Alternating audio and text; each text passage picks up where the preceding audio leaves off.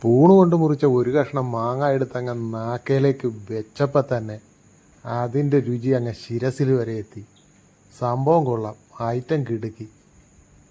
നല്ല മധുരവും മാങ്ങയുടെ ഒരു ചെറിയൊരു പുളിയും മുളകിൻ്റെ എരിവും ഉപ്പിൻ്റെ ഉപ്പും എല്ലാം കൂടി ചേർന്നപ്പോഴത്തേക്ക് സംഭവം കലക്കി.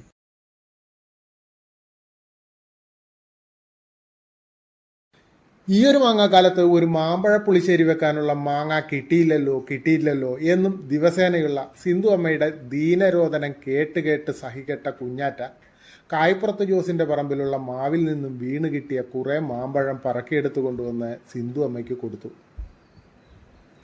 ഇലനക്കിപ്പട്ടിയുടെ കിറുനക്കിപ്പട്ടി എന്നോ ഇരന്ന് തിന്നുന്നവനെ തുരന്നു തിന്നുന്നു എന്നോ പറയുന്നത് പോലെ സിന്ധു അമ്മയുടെ കെട്ടിയോനായ ഞാൻ അതിൽ നിന്ന് ഒരു 5-6 ചൂണ്ടി ശർക്കര മാങ്ങ എന്നൊരു കിടുക്കാച്ചി ഐറ്റം ഉണ്ടാക്കാനുള്ള പുറപ്പാടിലാണ്.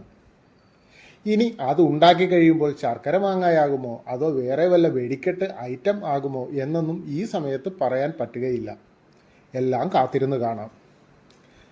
ശർക്കര മാങ്ങയുടെ നിർമ്മാണത്തിലെ 1-ാം ഘട്ടമെന്ന നിലയിൽ നമുക്ക് ഈ മാങ്ങാപ്പഴം എല്ലാം ഒന്ന് നല്ലവണ്ണം കഴുകി വൃത്തിയാക്കി എടുക്കാം.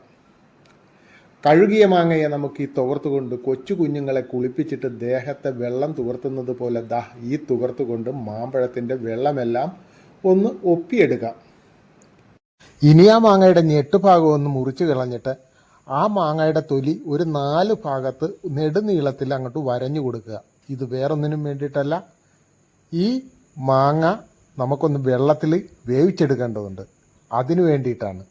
ഇനി നമുക്ക് നേരെ അടുക്കളയിലേക്ക് പോകാം. അടുക്കളയിലെ സ്റ്റൗവിൽ ഒരു മൺചട്ടി എടുത്ത് വെച്ച് അതിലേക്ക് കുറച്ച് വെള്ളം ഒഴിച്ചു കൊടുക്കാം.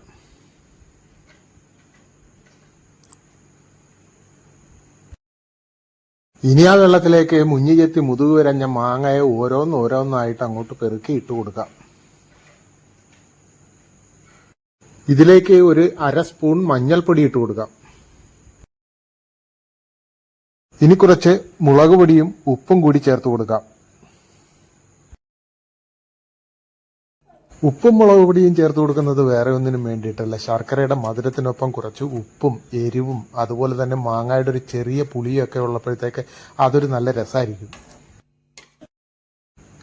അങ്ങനെ വെള്ളം തിളച്ച് തുടങ്ങിയിട്ടുണ്ട്. ഇനി ആ മാങ്ങ ഒന്ന് വെന്ത് വരുമ്പോഴത്തേക്ക് നമുക്ക് വേറെ കുറച്ച് പണിയുണ്ട്. നമുക്ക് നേരെ അതിലേക്ക് പോകാം. വേറെ പണിയെന്ന് ഉദ്ദേശിച്ചത് ഈ ശർക്കര ഒന്ന് ഉരുക്കിയെടുക്കണം, അതാണ്. ഒരു വലിയ ഉണ്ട ശർക്കരയാണ് എടുത്തിരിക്കുന്നത്. ഇതൊരു മാതിരി അണ്ടറിൻ്റെ കടയിലെ ബോണ്ടയുടെ വലിപ്പമുള്ള ഉണ്ടയാണ്. ഇതിനെ നമുക്കൊന്ന് ഇടിച്ച് പൊടിച്ചിട്ട് കൊടുക്കാം, അല്ലെങ്കിൽ ഉരുകി വരാനായിട്ട് കുറച്ച് താമസം വരും. ഇനി അതിലേക്ക് ആവശ്യത്തിന് വെള്ളം ഒഴിച്ച് അടുപ്പത്തോട്ട് വെക്കാം. ഇതാ ഒരു വശത്ത് നമ്മുടെ മാങ്ങ അങ്ങനെ തിളച്ച് മറിഞ്ഞുകൊണ്ടിരിക്കുകയാണ്. ഇപ്പുറത്തതേ നമ്മുടെ ശർക്കര പതുക്കനെ മെൽറ്റായി വരുന്നുണ്ട്. ഇപ്പോഴത്തെ മാങ്ങ വെന്ത് പാകമായിട്ടുണ്ട്. പക്ഷെ ഒരു കുഴപ്പം പറ്റി, നമ്മുടെ വെള്ളം ഇച്ചിരി കൂടുതലായി. അത് ഞാനതോടെ വെട്ടി മാറ്റി വെച്ചിട്ടുണ്ട്. ഇനി അതിലേക്ക് ആ ശർക്കര പാനി നമുക്ക് ഒഴിച്ചു കൊടുക്കാം. ഇനി ഇത് ഇവിടെ നിന്നൊന്ന് നന്നായിട്ടൊന്ന് കുറുകി വരട്ടെ. അങ്ങനെ നമ്മുടെ ശർക്കര പാനി കുറുകി വരുന്നുണ്ട്. ഇങ്ങനെ ഒന്നും കുറുകിയാൽ പോരാ, ഒരു സെമി സോളിഡ് പരുവത്തിൽ, അതായത് ഒരു തേൻ ഇങ്ങനെ നമ്മൾ ഒഴിക്കുമ്പോഴത്തേക്ക് എങ്ങനെ ഇരിക്കണം ആ ഒരു കൺസിസ്റ്റൻസിയിൽ വേണം നമുക്ക് ഈ ഒരു സംഭവം റെഡിയാക്കി എടുക്കാനായിട്ട്. നമ്മുടെ മുമ്പിൽ ഒരു കിണ്ണം കിടുക്കാച്ചി ശർക്കര മാങ്ങയാണ് ഇരിക്കുന്നത്. ഇനി നമുക്കിത് പതുക്കനെ കോരി ഒരു പ്ലേറ്റിലേക്ക് ഒഴിച്ചു കൊടുക്കാം. ആദ്യം ഒരു മാങ്ങ എടുത്ത് വെച്ചിട്ട് ആ തേൻ പോലത്തെ ആ ശർക്കരപ്പാനി ഒരു സ്പൂണിൽ അങ്ങോട്ട് എടുത്ത് അങ്ങോട്ടത്തിൻ്റെ പുറത്തോട്ട് നൈസായിട്ട് അങ്ങോട്ട് ഒഴിച്ചു കൊടുക്കുക. അത് വീഴ്ച കണ്ടാ. കാഴ്ചയിൽ സംഭവം കളറാണ്. ഇനി അത് കഴിച്ചു നോക്കിയാലല്ലേ നമുക്ക് ഇതിൻ്റെ രുചി അറിയാൻ പറ്റുള്ളൂ.